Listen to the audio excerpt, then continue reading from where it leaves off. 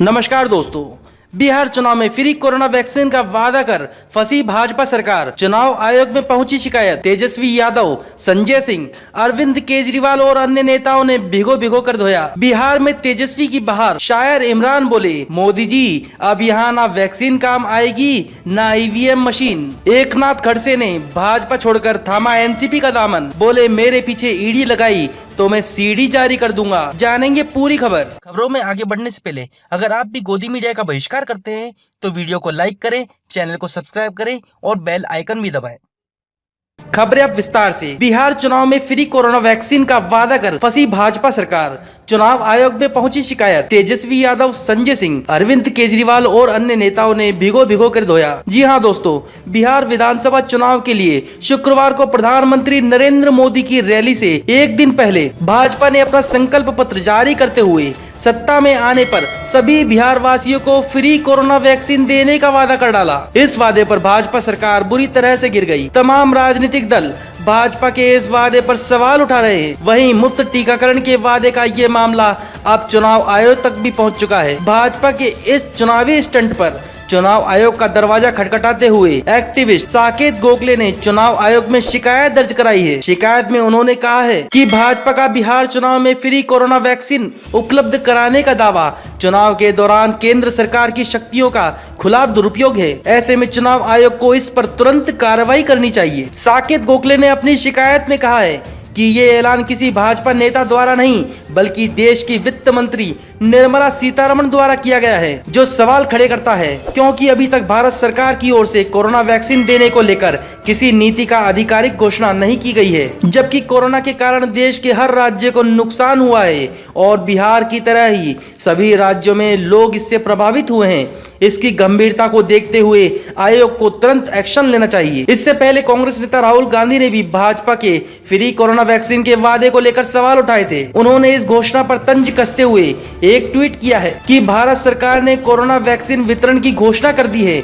ये जानने के लिए कि वैक्सीन और झूठे वादे आपको कब मिलेंगे, कृपया अपने राज्य के चुनाव की तारीख देखें। इससे पहले बिहार चुनाव में विपक्ष के मुख्यमंत्री प्रत्याशी और आरजेडी नेता तेजस्वी यादव ने भाजपा की इस घोषणा पर करारा हमला करते हुए कहा कि कोरोना का टीका पूरे देश का है, सिर्फ भाजपा का नहीं। तेजस्वी के अलावा कांग्रेस प्रवक्ता रणदीप सुरजेवाला ने भी भाजपा को आड़े हाथों लिया। सुरजेवाला ने कहा कि बिहार चुनाव में भाजपा लोगों को कोरोना वैक्सीन देने की बात कर बरगला रही है। बता दें कि बिहार चुनाव के लिए गुरुवार को वित्त मंत्री निर्मला सीतारमण ने संकल्प पत्र के नाम से भाजपा का घोषणा पत्र जारी किया। इस संकल्प पत्र में कुल 11 चुनावी वादे किए गए हैं, जिसमें सबसे पहला वादा मुफ्त कोरोना वैक्सीन देने का है। गौरतलब है कि बिहार में केवल एक हफ्ते बाद ही पहले चरण का मतदान होना है। ऐसे में भाजपा की ओर से फ्री कोरोना वैक्सीन का वादा करने को लेकर सवाल उठने लाजमी है। इस चुनावी वादे पर आम आदमी पार्टी के संजय सिंह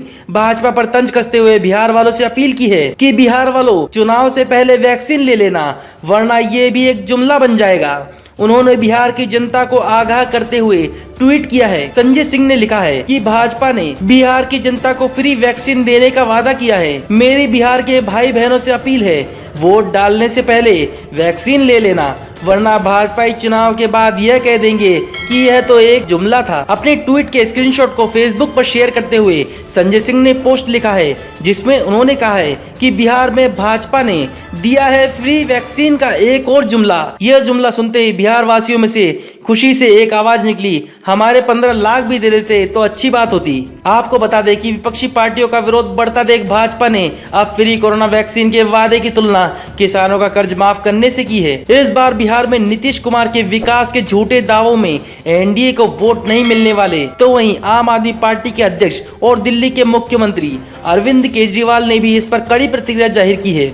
भाजपा को घेरते हुए मुख्यमंत्री केजरीवाल ने कहा कि पूरे देश को फ्री कोरोना वैक्सीन मिलेगी, इस पर सबका अधिकार है। ये सिर्फ एक पार्टी के लिए नहीं है। चुनाव प्रचार में इस तरह के वायदे नहीं किए जाने चाहिए। मुख्यमंत्री केजरीवाल ने इसके साथ ही यह भी कहा, कोरोना महामारी से पूरे देश नहीं बल्कि पूरी दुनिया ही परेशान है। भारत के सभी लोगों का कोरोना वैक्सीन पर अधिकार है। जब कोरोना की वैक्सीन टेस्ट होने के बाद मार्केट में आ जाएगी तो उसके बाद ही देखेंगे कि ये कितने दाम और कैसे मिलेगी। उन्होंने सवाल उठाया कि क्या गैर भाजपाई शासित राज्यों के लोगों को वैक्सीन नहीं मिलेगी, या जिन्होंने भाजपा को वोट नहीं दिया उन्हें क्या यह टीका मुफ्त में नहीं दिया जाएगा। आपको बता दें, प्याज नहीं खाने वाली निर्मला सीतारमण ने यह नहीं सोचा होगा कि वह जो कोरोना वैक्सीन के नाम का इस्तेमाल कर रही हैं, वह उनकी पार्टी की हार की वजह बन जाएगा। गौरतलब है कि कोरोना वैक्सीन को चुनाव प्रचार से अलग रखा जाना चाहिए था, लेकिन भाजपा ने कोरोना महामारी को भी अपने राजनीतिक हित के लिए भुनाने की कोशिश की है। ऐसा पहली बार नहीं हुआ है कि भाजपा के नुमाइंदों ने आपदा को अवसर नहीं बनाया हो। कोरोना काल में भी कोरोना जांच किट घोटाला तो कहीं बेसहारा मजदूरों को मरने के लिए पैदल यात्रा करने पर विवश होना पड़ा था। वह भयावह दृश्य हमें आज भी याद है जब निर्दोष लोग ट्रेन द्वारा कुचले गए थे। बहुत सी ट्रेनें अपना रास्ता भटक गई थी। आपको बता दें, कोरोना का टीका इस देश का है, सिर्फ एक पार्टी का नहीं, जिसे भाजपा अपने चुनावी फायदे के लिए इस्तेमाल करे। कोरोना वैक्सीन का राजनीतिक इस्तेमाल नहीं किया जाना चाहिए। बिहार की जनता इस बार भारतीय जनता पार्टी के जुमलों में फंसने वाली नहीं है। बिहार में तेजस्वी की बहार। शायर इमरान बोले, मोदी जी अब यहाँ ना वैक्सीन काम आएगी ना ईवीएम मशीन। जी हाँ दोस्तों, बिहार चुनाव में इस बार महागठबंधन का पलड़ा भारी होता दिख रहा है। महागठबंधन की सबसे बड़ी पार्टी आरजेडी के अध्यक्ष लालू यादव भले ही जेल में हैं, लेकिन उनकी गैर मौजूदगी में भी पार्टी मजबूती की तरफ बढ़ रही है। महागठबंधन के सीएम उम्मीदवार तेजस्वी यादव इस विधानसभा चुनाव में युवाओं की पहली पसंद बन गए हैं। वहीं एनडीए ने इस बार फिर सीएम उम्मीदवार नीतीश कुमार को बनाया है, लेकिन नीतीश कुमार की अगुवाई में इस बार एनडीए की जीत के आसार कम ही लग रहे हैं। दरअसल इस बार मुख्यमंत्री नीतीश कुमार समेत जेडीयू और भाजपा नेताओं का विरोध जग जाहिर हो चुका है। इस बार जनता नीतीश कुमार की जुमलेबाजी सुनने को तैयार नहीं है। आपने देखा होगा, नीतीश कुमार की रैली में मुर्दाबाद के नारे लगे थे, जिससे नीतीश कुमार भड़क गए। अब भाजपा प्रधानमंत्री मोदी को चुनाव प्रचार के लिए ले आई। इसी बीच राष्ट्रीय जनता दल के नेता तेजस्वी यादव हर दिन एक के बाद एक रैलियां कर रहे हैं। तेजस्वी यादव की रैलियों में नीतीश कुमार और उनकी पार्टी के नेताओं से भी ज्यादा भीड़ देखने को मिल रही है। अपनी रैलियों में आरजेडी नेता नीतीश कुमार पर जमकर हमलावर हो रहे हैं। अपनी हालिया रैली में नीतीश कुमार पर हमलावर होते हुए तेजस्वी यादव ने उन पर कोरोना महामारी के दौरान प्रवासी मजदूरों की परेशानियों को अनदेखा करने का आरोप लगाया है। तेजस्वी यादव का कहना है कि जब राज्य के मजदूर अपने घर वापस आ रहे थे तो नीतीश कुमार अपने आवास में बंद थे। अब उन्हें जनता के वोटों की जरूरत है तो वह घर से बाहर निकल आए हैं। तेजस्वी यादव ने बताया कि नीतीश कुमार 144 दिनों तक अपने घर में बंद रहे। बिहार चुनाव के चलते अब वह चुनाव प्रचार करने घर से बाहर निकले हैं। कोरोना वायरस तो अब भी है, लेकिन अब उन्हें आपका वोट चाहिए, इसलिए वह बाहर आए हैं। इसके साथ ही तेजस्वी यादव ने लॉकडाउन के दौरान बिहार में बड़ी बेरोजगारी के मुद्दे पर भी नीतीश सरकार को घेरा है। उन्होंने कहा है कि उनकी सरकार ने बड़े तादाद में नौकरियों देने का वादा किया था, लेकिन आज लोग सड़कों पर उतरकर बेरोजगारी के मुद्दे पर उन्हें घेर रहे हैं। इस बार के चुनाव प्रचार में महागठबंधन ने वादा किया है कि अगर राज्य में उनकी सरकार बनती है तो राज्य के युवाओं को 10 लाख सरकारी नौकरियां देंगे।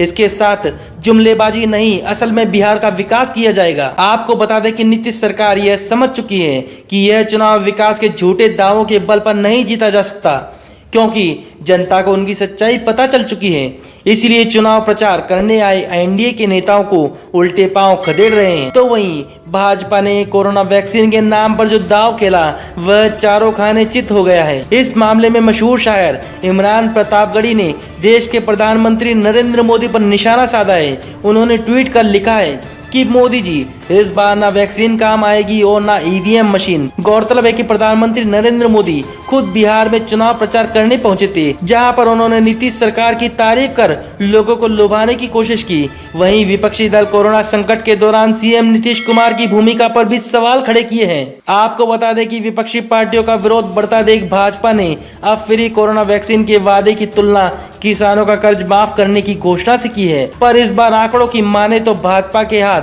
सत्ता का लड्डू नहीं आते दिख रहा है। जनता के सामने भाजपा के झूठे वादों की पोल पट्टी खुल चुकी है। एकनाथ खड़से ने भाजपा छोड़कर थामा एनसीपी का दामन, बोले मेरे पीछे ईडी लगाई तो मैं सीडी जारी कर दूंगा।